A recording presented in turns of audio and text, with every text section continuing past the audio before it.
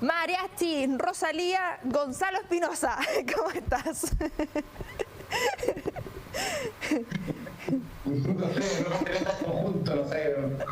Oye, esta mezcla media... Sí. ¿Cómo está el día? Es interesante el producto cultural que ella es, así que es interesante el análisis que a veces te hace. Yo sigo a Jaime Altozano, que es un youtuber español que tiene harta análisis de la obra de Rosalía desde el punto de vista musicológico y todo, y tiene una cosa bien interesante. Los invito a revisar un poquitito la propuesta musical de ella, porque yo no soy para nada de la música urbana, pero ella tiene un acierto, un rescate cultural. Le pega. Sí, muy bien. Sí, ha generado ahí harto revuelo. Gonzalo, yo señalaba anteriormente que, claro, quizá no vamos a hablar de cosas muy positivas, porque 2 años, estrés, ansiedades y cosas que hemos ido hablando antes, pero no hemos hablado que muchas veces todas estas cosas que vamos sintiendo terminan en ira, enojo. ¿Cómo vamos canalizando esto y cómo muchas veces nos vamos descontrolando también ante la presión que estamos teniendo actualmente, sobre todo en esta vuelta a la presencialidad? Quizás terminamos siendo muy repetitivos, pero es necesario también darle vuelta a este asunto de cuando volvemos a una cotidianidad, a una normalidad dentro de que no estamos en una situación de normalidad. Evidentemente nuestro cuerpo, nuestra mente va actuando de maneras distintas y reaccionamos de maneras distintas. Y esto muchas veces se desencadena en discusiones, en levantar la voz y lamentablemente en algunos casos hasta violencia física, como lo hemos visto en otras oportunidades. Sí, y el tema es que, claro, igual consideramos la rabia como un elemento negativo, ¿no? Siempre se presenta como dentro de las emociones negativas. Yo diría que la justificación para eso es que mantener la ira, el miedo, la pena durante mucho tiempo, particularmente por el tipo de neurotransmisores que están involucrados, termina generando algún daño orgánico. Pero en sí mismo una emoción no es ni negativa ni positiva. Lo que es positivo o negativo es qué tan pegado te quedas en ella o no. El problema de la ira no es la ira, el momento en donde la ira es necesaria, porque finalmente el funcionamiento de todas estas emociones de la familia de la rabia terminan por darte un nivel de energía, de fuerza, de determinación para poder enfrentar ciertas situaciones, sí, ¿no? Recuerden ustedes que uno suele decir que se pone mañoso cuando tiene hambre o cuando tiene sueño. O uno dice, sí, está como guagua con maña, que no sabe qué quiere, que está mañoseando nomás. Yo. Sí, o sea, las guaguas saben qué quieren, ¿eh? Claro, pero uno no sabe. El adulto que está al lado, pero bueno, ya no vamos a echar esa discusión que ya... Pero claro, el que uno tenga rabia o que se ponga mal genio, que la expresión es árabe, y tiene que ver con la idea de que te poseía un genio maligno. Por eso era el concepto mal genio, como que estabas poseído o poseída. Pero a algunos nos pasa muy seguidos. Sí, algunos ya lo tienen pasado por la libreta, ya es parte de la familia, el genio aquel. Pero lo que pasa es que claro, a uno suele darle rabia o estar mal genio cuando tiene sueño o cuando tiene hambre, que son dos situaciones en donde el cuerpo se ve con una significativa baja de energía. Sí. Entonces, la rabia es la emoción que logra darte impulso. Cuando uno tiene rabia, recuerden ustedes a Bill Bixby o a Hulk o a toda esta mitología que hay alrededor de la rabia, en donde como que una madre es capaz de levantar un vehículo, sí, completo, ¿cierto? Bueno, está toda esta mitología alrededor, que a veces es cierto, a veces no, pero que tiene que ver con que la rabia te otorga a ti un nivel de fuerza que no te otorgan otras emociones. Entonces, es ahí el punto, no es que la rabia en sí misma esté mal. Lo que está mal es cuando utilizamos la rabia en momentos y lugares o relaciones o situaciones en las que no amerita. ¿Ya? Y eso básicamente ocurre porque nos hemos quedado pegados en rabias anteriores. Entonces, claro, puede ser que esta situación me moleste. Ya mi hijo está gritando a los pobres niños ahora que toda la filmografía, todo el humor, todo tiene que ver con representar a la paternidad como un acto de sacrificio, que los niños te dejan sin energía, que es todo tan doloroso. Bueno, eso probablemente lo hacen personas que no tienen hijos porque no se experimenta o no se muestra la otra parte de la paternidad, ¿no? Pero claro, son situaciones en las que de pronto un pequeño estímulo genera en nosotros una respuesta enorme. Y uno se dice, viste, entramos en esta lógica del vertedero que le digo yo, como, ya, a ver, no me voy a enojar porque yo cada vez que me enojo dejo la crema.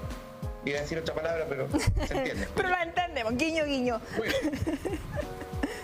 Cada vez que me enojo dejo la crema, ¿cierto? Entonces no me enojo, entonces me aguanto esta, me aguanto la otra, me aguanto la otra, me aguanto la otra, hasta que de repente viene aquel pobre ser que tira la última gotita que rebasa el vaso y le chorreamos todo el vaso a él, ¿cierto? Entonces todo esto se vuelca, todo esto se derrama, analicemos un poquito el ejemplo, ¿no? La gota que rebasa el vaso es aquella gota que rompe la tensión superficial, que es propia de la estabilidad molecular. Sigue lo que pasa abajo. Claro, pero finalmente hay una tensión superficial. Esto está tenso y cuando llega una gota y esto se desequilibra, se desborda. Entonces, uno dice, claro, explosa, tira todo el vertedero, toda la caquita, todo lo que fue recogiendo durante la semana o durante la cantidad de tiempo que se quedó callado, y después que ha dejado la crema dice, viste, si yo no me tengo que enojar, y vuelvo entonces a la lógica de acumular. Oye, hay paréntesis, que tú sabes que a mí me encantan los memes cuando hay un gato que va caminando así enojado y atrás está todo el despelote que dejó, así como cuando dejé la crema después de que me enojé, y ahí después va calmadito, como que va livianito. Pero claro, toda emoción tiene ese elemento que es posterior, que tiene que ver cuando yo ya he de alguna manera atendido o evacuado la tensión que se me genera en el cuerpo cuando entro en una disposición emocional. O sea, si algo me da rabia, es porque mi cuerpo, mi mente está evaluando que el evento que está provocando esa rabia tiene que ser atacado, anulado, extinguido, lo que sea, ¿vale? Por lo tanto, una vez que yo voy y dejo la crema y siento que al otro lo he aniquilado, de nil, nada, lo he vuelto nada, cuando al otro lo he reducido, cuando el otro ya no es una amenaza para mí, yo me doy vuelta y camino como ese gatito tranquilo, y la sensación de alivio es enorme porque el estímulo ya no está. No solamente porque yo evacué la tensión que se me había generado, porque hay personas que van todos los días al gimnasio y siguen igual de estresados. Sí. No es solamente evacuar la tensión física que se produce con el miedo o con la rabia, sino sentir que aquella situación o estímulo que lo estaba generando ha cesado. El punto es que el 99.999% de los temores y miedos y rabias e indignaciones que tenemos ocurren aquí. Entonces, no es algo que yo pueda ir y solucionar, ¿no? No es una conversación que yo pueda tener porque finalmente yo cacho que el jefe me tiene mala, que por eso me alega cada vez que llego tarde, en vez de asumir que me alega porque estoy llegando tarde. Sí. No, es que el jefe me quiere rajar, es que como aquí en Chile siempre la culpa es de otro, porque claro. Uno somos súper bacanes, ¿te acuerdas esto de que cuando uno es cabro y los compañeros te tratan mal, lo que dicen los papás que te tienen envidia? Sí. Como que siempre uno es bacán, ¿cierto? Como que entonces... Los otros son los raros, yo estoy bien. Claro, yo soy el derroche de virtud, yo soy la acumulación nuclear de santidad, es el resto de la gente que no soporta mi luz. ¿Cachai? Como que el problema es que nadie brilla más que yo. No, y no es que yo sea desordenado, que soy muy creativo. No es que yo sea impulsivo, que soy demasiado honesto. Como que siempre disfrazamos nuestra pifia de un exceso de virtud. Oye, Gonzalo, sí, disculpa, porque tú señalas esto que cuando llega esta gota y rebalsa el vaso. Pero me quedé pensando porque sí, una vez se puede explotar con la persona que es el problema. Pero ¿qué pasa cuando uno tiene el problema, por ejemplo, en la casa, o al revés, o tiene el problema en la pega y se desquita en la casa, o tiene el problema en la casa y se desquita en la pega? Y como que, claro, que uno viene con esta tensión, y pasa una cosa que, no sé, llega el caballero a la casa después de haber que el jefe, porque el jefe lo retopo, choreado, y el niñito justo están tomando once y da vuelta la taza. Pero viste, y escándalo, y por una cosa que era mínima. ¿Cómo también vamos controlando esas situaciones de... Por eso igual era el tema como canalizar esto y dónde explotamos todo esto? Es que no hay que acumular, ese es el punto, Connie. No hay que acumular, no hay que decir ya me callo. No, porque en Chile el que levanta la voz, el que expresa el malestar es un problema, ¿no? Entonces, claro, si el otro viene Bueno, y aparte, insisto, aquí en Chile, sobre todo en el mundo de la conducción, yo soy peatón, tú sabes, yo no tengo auto, yo tengo una opción por ser peatón. Tengo 3 hijos, estoy casado, tengo una familia, no es que tú eres solo, ¿no? Arriba de la micro con los cabros chicos, da lo mismo. Pero tengo una opción por ser peatón. Pero por eso me indigna, y con todas las complicaciones que eso trae, pero por eso me indigna cuando paso por las calles y hay tremendas camionetas estacionadas en la vereda, sí, que cuando uno iba con el carro de guagua tenía que bajar a la calle para poder pasar. ¡Qué ganas de pasármelo yo! No se hace. No, qué bueno. ¡Saque ese auto! No, eso no se hace. No se hace. No. Lo pensé, ¿no? Cuando es una silla de ruedas. Sí, pues. Cuando una persona que no está habilitada paso, entonces es como esas situaciones en donde tú sientes que al otro le importas nada, que al otro lo único que le importa es su propia comodidad, que el caballero podría haber venido en micro, pero vino en camioneta porque tiene el potito de oro, ¿no? Y hace los tacos gigantes en la mañana y en la tarde, porque finalmente no quiere subirse a una micro, porque no quiere pedir un Uber, o no quiere coordinarse con el vecino para compartir vehículos. Entonces, ¿qué es lo que termina pasando? Lo que indigna, lo que llena de ira, es cuando uno es invisible frente al otro, ¿no? Entonces, cuando el otro pasa con desconsideración, esta palabra para mí es súper importante. Recordemos que el origen de la palabra considerar significa considere, ¿no? Mirar el conjunto de estrellas, que era la habitual práctica que tenían los reyes y sabios de consultar las estrellas antes de tomar una decisión, ¿no? Entonces, considerar es mirar el panorama amplio, es observar lo que hay para que la decisión que yo tome impacte de la mejor manera a todo el mundo. Pero ahora no importa, porque importo solo yo. Entonces, sí, la desatención, la despreocupación o la desconsideración de otros termina impactando en toda la gente. Terminamos todos con la sensación de que no importamos, todos con la sensación de que somos prescindibles, de que nos pueden borrar del mapa y a nadie le va a importar. Y eso es una situación de miedo constante. Pero el punto es que el miedo y la rabia están juntas. No se trata solamente de no acumular rabia, se trata también de no acumular miedo. Porque si a una persona asustada tú le pasas una metralleta, va a pasar rapidito del miedo a la rabia. Porque son dos emociones que están muy próximas. Si ante una amenaza yo me siento incapacitado de poder responder, me va a bajar miedo y voy a correr, me voy a esconder, voy a tratar de pasar desapercibido. Pero si yo siento que esa amenaza tengo la capacidad de enfrentarla o de anularla, en vez de preferirla el miedo, mi cuerpo y mi mente van a preferir la rabia y voy a pasar rápidamente. Entonces todo miedo se transforma en furia también. No es solamente estar acumulando cosas que me molestan, también es estar acumulando cosas que me atemorizan. Y cuando estamos viviendo en una ciudad alienada, en donde cada uno se siente que está solo, yo el otro día pensaba, claro, pues antes de la época industrial las familias no se separaban. Los pueblos y comunidades estaban constituidas por gente con la que compartías consanguinidad. Por lo tanto, te sentías seguro en el lugar donde vivías. Ahora llegas a vivir a lugares donde todos son unos completos extraños. Y ni se hablan. Y pueden pasar años y seguirán siendo completos extraños. Por eso la asociatividad, por eso el establecimiento de relaciones, por eso el acompañamiento, por eso la vida en comunidad es tan importante para nosotros. Porque finalmente nos sentimos seguros. Al sentirnos seguros, tememos menos. Al temer menos, reaccionamos menos frente a los estímulos amenazantes, porque sentimos que tenemos los recursos necesarios para hacerle frente. Y como no ando todo el día asustado, no ando todo el día enojado, no tengo nada que acumular. ¿Me explico la secuencia de situaciones o no? Sí, sabes que hay algo que siempre me queda dando vuelta cuando tenemos estas conversaciones. A ver. Respecto a que... y yo ya aprendí que la palabra no es normal, es esperable.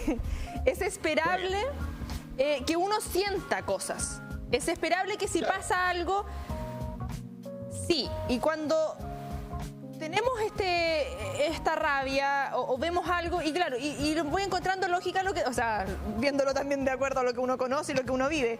Sí, cuando uno tiene miedo, siente rabia muchas veces, como que sí, te voy siguiendo. Pero cuando eso lo vas acumulando, tú dices, claro, no hay que acumularlo, pero ¿cómo no lo acumulamos? Por ejemplo, veo una situación, chuta, vi que el caballero pasó y casi atropella a una persona. Es que me dio una rabia y como que esa cosa que la aguantáis aquí como que te da hasta dolor de guata. No sé, yo creo que a muchos les ha pasado, a mí me ha pasado varias veces. Ves cosas que te dan tanta rabia que de verdad tu cuerpo reacciona con dolor de guata, un dolor de cabeza, una punta. Sí, acá me hacen gesto que sí, la ha pasado muchas veces. Náuseas, distintas cosas. ¿Cómo podemos en situaciones puntuales, y a lo mejor no es rabia que fue una cuestión que vi afuera, pero es como, claro, uno viene como chato del día, del taco, de la cuestión y veis que... Probablemente pero, esa situación... Déjame. Sí, ya, porque tú dices, es esperable tener esos sentimientos, pues esas emociones. Pero ¿cómo lo canalizamos? Po? Porque claro, está bien, puedo enojarme, puedo tener miedo, pero ¿qué hago con eso? Muy bien, ya, primero que todo, la rabia viene no por el acto en donde la persona pasó rápidamente con el auto. La rabia viene porque me quedo pensando, mira el desgraciado, irresponsable, desconsiderado, mala persona, inhumano, si el mundo se está yendo al hoyo, no, estamos en la B. Y empiezo a generarme un montón de pensamientos que terminan transformando eso que a lo mejor el caballero iba, anda, ¿sabes tú? Estaba urgido porque tenía que ir a buscar al hijo al colegio, porque pasó una emergencia, por lo que sea. Tú no sabes. Siempre trato de pensar eso. La millonada de veces que hemos pensado para nosotros mismos, mira el desgraciado, y después te enteras la razón que había detrás y te sentís pésimo. Sí. Pero como nunca lo expresaste, pasaste piola. Pero la sensación queda dentro de uno. Entonces no es solamente el evento que está ocurriendo, es desde dónde tú estás interpretando, qué intencionalidad le estás dando a eso, ¿no? Me contaba tristemente una apoderada de un colegio cuyo niñito de 9 años había sido atacado por otro compañerito de una manera bien fea, bien violenta. Pero después ella se entera que el niñito que había agredido tiene algún nivel de síndrome de Asperger, ¿no? Claro. Incluso de trastorno autista, ya como pasándonos un poquito para ese espectro. Y claro, cuando tú piensas en el niño, que los niños con TEA tienen hipersensibilidad a los estímulos, en donde han tenido son súper sensibles al y necesitan la red de apoyo potente ahí, po. Potente, un adulto que esté conteniéndolo emocionalmente, y a nadie le importa nada en ese colegio, porque ni siquiera tienen profesionales, porque los establecimientos educacionales privados no están obligados a tener programas de integración. Sí. Entonces echan a todos los niños lo mismo, porque total lo que importa es la matrícula, sorry que lo diga, pero en muchas instituciones educacionales es así. Sí. Y resulta que nadie atiende al niño, entonces cuando ella siente la furia hacia el niño y después entiende la situación del niño y sin dejar de temer por la salud o seguridad de su hijo, también se compadece del otro niño, ¿no? Y entonces tenemos esta situación en donde lo que realmente nos hace sufrir es la interpretación que hacemos de la realidad.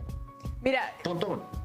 Sí, en relación a eso mismo, ya yo sé que te vas a reír de mí, pero muchas veces uno ve frases y yo había guardado esta frase. Una vez que empiezas a darte cuenta que muchas personas son niños heridos emocionalmente en cuerpos de adultos, deja de tomarte su enojo como algo personal. No sé, ahí es que tú tocas mi fibra con eso, porque tú sabes que acá tenemos el programa seco, ¿cierto? Que estoy aquí en las instalaciones, todo el patio del lugar. Mira qué bonito. Nos va a invitar para allá, Gonzalo, ¿ah? Sí, algún día tienen que venir a conocer y hagamos una notita. Con los niños. Sí, sería lindo. Pero ¿sabes qué? El otro día conversaba con los PAR, que le decimos que son las personas adultas responsables, los monitores que trabajan directamente con los niños. Y en esta, la mística de trabajo de nosotros es justamente permitir que el niño interior salga. Pero cuando sale, no solamente sale el niño que le gusta jugar, que se ríe, que es flexible, que es creativo, que es imaginativo. Sale con miedos. También salen sus miedos, también salen sus fragilidades, también salen sus penas, también sale su soledad, también salen muchas cosas. Entonces, en este trabajo, cuando tú empiezas a atender esa parte de ti, entienden lo siguiente, y quiero que por favor me den el minutito. Ese niño herido que tú sientes es una parte de ti, no eres toda tú. Esa parte que sientes asolada, que sientes vulnerable, triste, frágil, no eres tú toda fragilidad, no eres tú toda soledad. Es una parte tuya.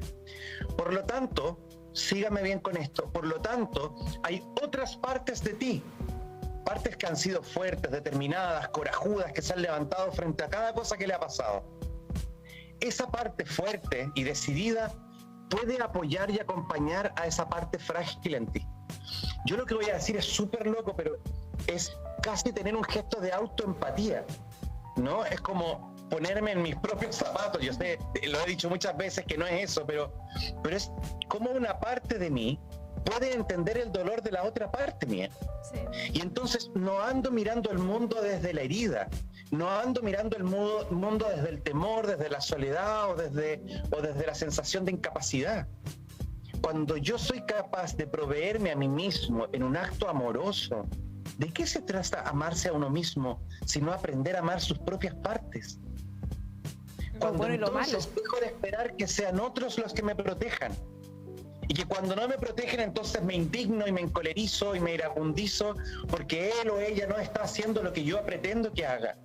Cuando dejo de proyectar las expectativas que debería estar cumpliendo yo mismo o yo misma frente a mis procesos y me hago cargo, puedo estar un poco más en paz. Y como tú lo decías, Connie, y yo lo he dicho muchas veces acá, la frase de León Tolstoy, comprenderlo todo es perdonarlo todo. Si yo me abro a comprender antes que enjuiciar, si yo observo en silencio lo que el otro está manifestando en vez de estar especulando la intencionalidad oculta que tiene, si yo respeto, es decir, vuelvo a mirar completa y conscientemente a la otra persona que está frente a mí, sin proyectarles mis temores porque no la conozco, entonces muy probablemente yo empiece a comprender la realidad. Y no por lo que me dicen los medios, no porque lo que dice este personaje que le sigo la crónica, no.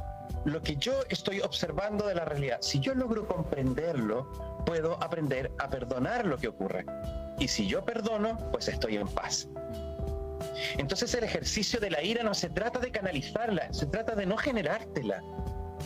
Se trata de entender y comprender que es posible que el otro esté pasando un peor día que tú.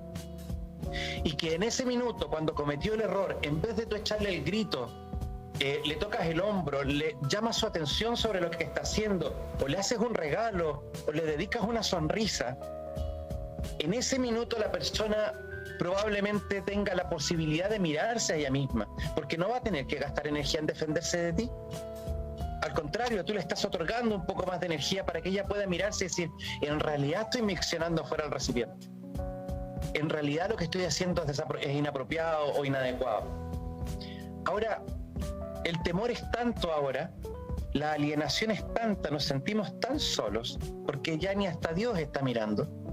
Nos sentimos tan solos que desesperadamente buscamos la aprobación de otros y nos duele una enormidad cuando el otro no tiene el nivel de preocupación de mí que yo espero que tenga, cuando ese nivel de preocupación debiera tenerlo yo mismo por mis procesos. Y no y no sentirse solamente solo, es sentirse abandonados. Abandonados, sentirse rechazados. Porque la soledad uno la aprende a disfrutar también y a veces es necesario. Digo, ya, váyanse, déjenme aquí tranquilita.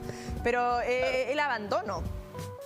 Es el abandono y es la sensación que ese abandono viene con que me dejan solo, es decir, que no me aman, que no se preocupan por mí, que en el minuto en que yo necesite algo, pues voy a estar absolutamente desprovisto. Y en ese sentido, claramente vamos a estar viviendo un mundo de mucho miedo.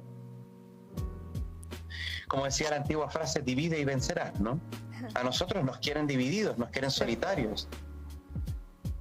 Sí, y en relación a ese mismo tema, vamos a dejar enganchadísimo el próximo, que habíamos hablado, Cintia, nuestra querida productora, siempre ve cosas y me dice, mira, esto puede servir para Gonzalo. Y yo digo, ya, a ver, vamos cómo le damos la vuelta y para que calce también con las conversaciones.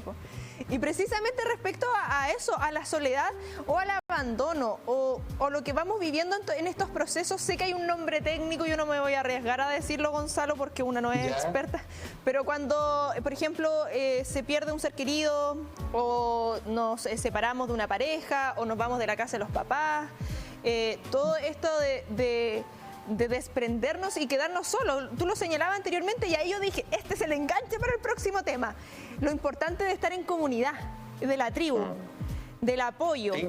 Pero cuando muchas veces puede ser, ahora que volvió la presencialidad, alumnos que tuvieron que volver de sus ciudades de origen a estudiar a otras regiones, a otras comunas. Y claro, estás solo, no por una, o sea, por una decisión propia, entre comillas, pero tú no quieres alejarte de tu familia.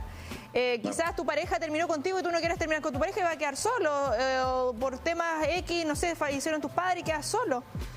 Te lo propongo ahí para que le demos una vuelta para la próxima semana. Sí, me parece muy significativo porque creo que ese tema tiene mucho que ver con este, ¿no? Si nosotros nos sentimos en comunidad, si nosotros sentimos que llegamos a un vecindario en donde me saludo con los vecinos, en donde hay buena onda, en donde cerramos el pasaje para el 18 y estamos en comunidad, es una sensación deliciosa vivir donde se vive.